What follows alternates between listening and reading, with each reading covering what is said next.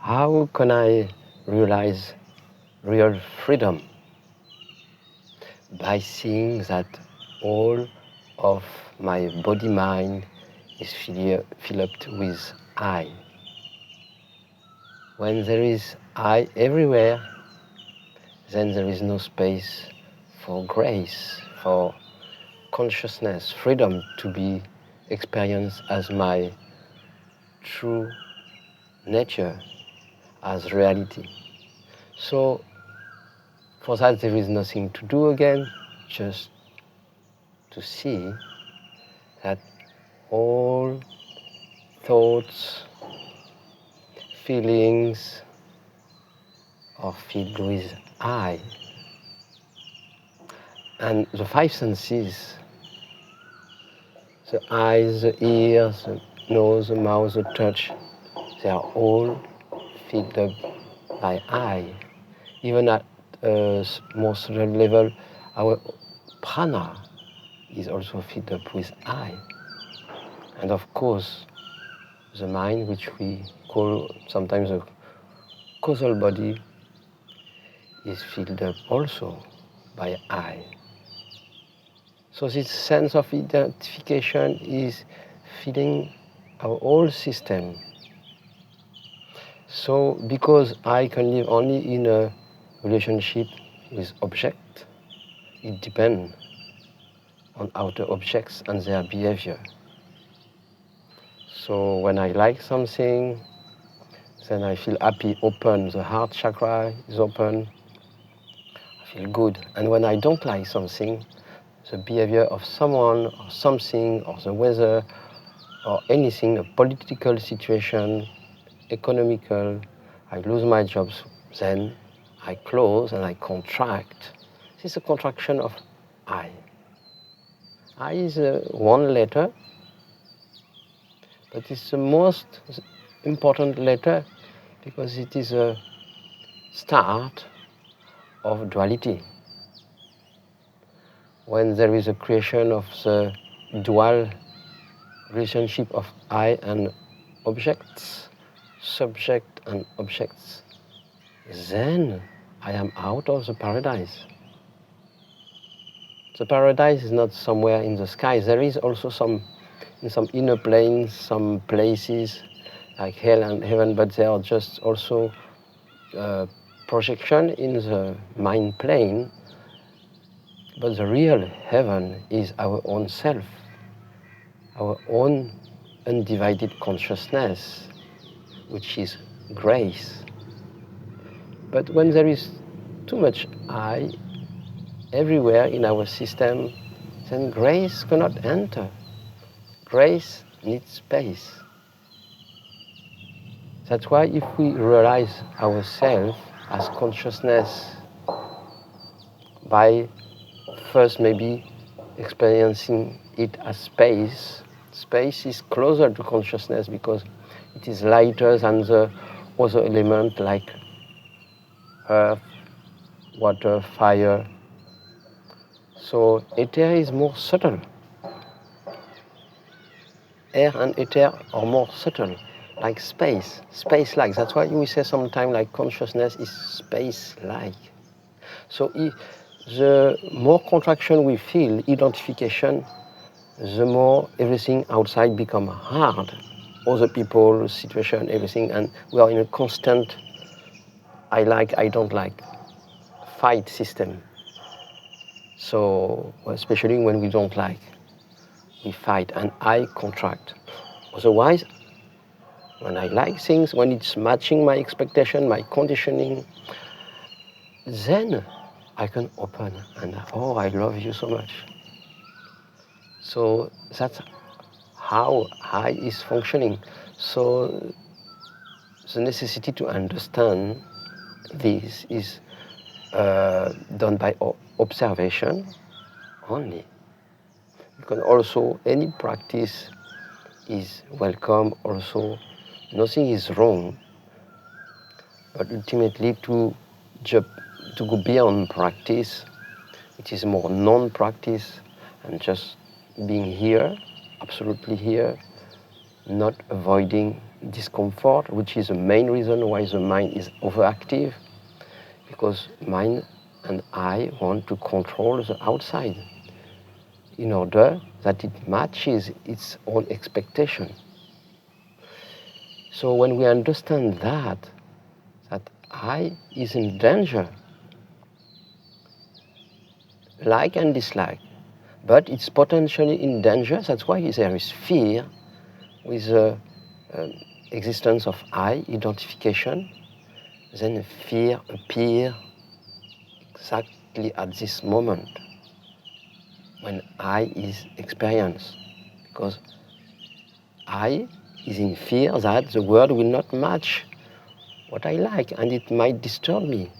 What my wife or husband or children or the world, country, political situation is not matching my expectation, then I contract and I can feel anger. I can feel sadness, depression. All this feeling is also a product of I, because I is depending on other object situation. So the more we observe, the more we are present in our own daily life, also in meditation when we sit, if we do that, and if we don't, life is just an ashram. Life is a place to learn and to observe that how much everything is filled with I.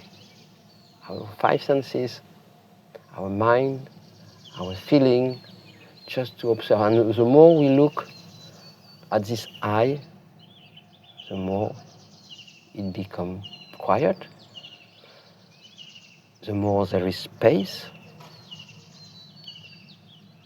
and the more grace can be realized as not something which is coming from somewhere else. Grace is our true nature as consciousness, here and now. So the inner journey is not to go somewhere or to reach something, is to realize that we lost awareness of our own self, which is the real heaven, which is pure consciousness, which is grace. So, back to business. First we do something, practice, act, and we use a sense of I for that. And we cannot help but doing that because we are so identified. But by the years, as the years go, the time goes, and we realize that nothing really works. It brings us maybe close to something, but whatever we do with a sense of doership, keep us there in the plane of subject-object duality, and we cannot go out of it with I. It's not possible. So only by realizing that there is something which is beyond or prior to that, which is here and now, not somewhere else, which is my own self. I never left home. I cannot leave home. Home is my own self. So if I feel insecure, it's because I identify as a separate I, who is in fear to lose something or to not gain something, or all is activated by this sense of separation. So just to be here, waiting without waiting, being aware of thoughts who are not necessary. More than 95% of our thoughts usually are not useful. They are based on past and future, and they take us away from the present moment. So to notice how much energy, how much Shakti we put on our thought. We give reality to our thoughts by putting our attention there. And we think it is me who is thinking. So it's a big cheating of the mind. More the ego in reality, because mind by itself is neutral. It's only when there is identification, then we take it personal and say, I think. And we think all day long, and we think of what may happen, what did happen, and we are lost in past and future. Or we may not think so much, but feeling. The feeling of I also, because I is connected with, creates the origin of fear of what may happen, may not happen, or memories of the past, and dwell on sadness and any kind of emotion like that. So to just recognize that and to transcend illusion just by being here doing nothing, not avoiding discomfort, not avoiding anything. That is what called is the path of the yogi, which is a line, the middle path, neither right or left, past or future. Sushumna is this medium light, so where we are always here. So it's an energy line in the body, but it's also a great symbol for what we are, because we are always here. So when we stop listening to the mind, not the practical mind, which is useful, so we need to learn that also, to see what is practical mind and what is a traumatic mind, who live out of fear mostly. So yes, the more space, the more we realize ourselves as consciousness, as grace, our true self. So just being here and doing nothing as that. Things will continue to happen, the body mind will act, and we can more and more witness, enjoy that play with which there is no need to fight with this play, this happening. Happening is happening, and I'm just silent observer, silent witness. We enjoy because there is an inner knowing deep inside that is a play, and nothing can affect me, what I am. Not me, the ego, but me, the consciousness, undifferentiated consciousness. So let's enjoy the show, whatever it is, with ups and downs, pain and pleasure, but consciousness, what we are, is not affected by that. Thank you for listening.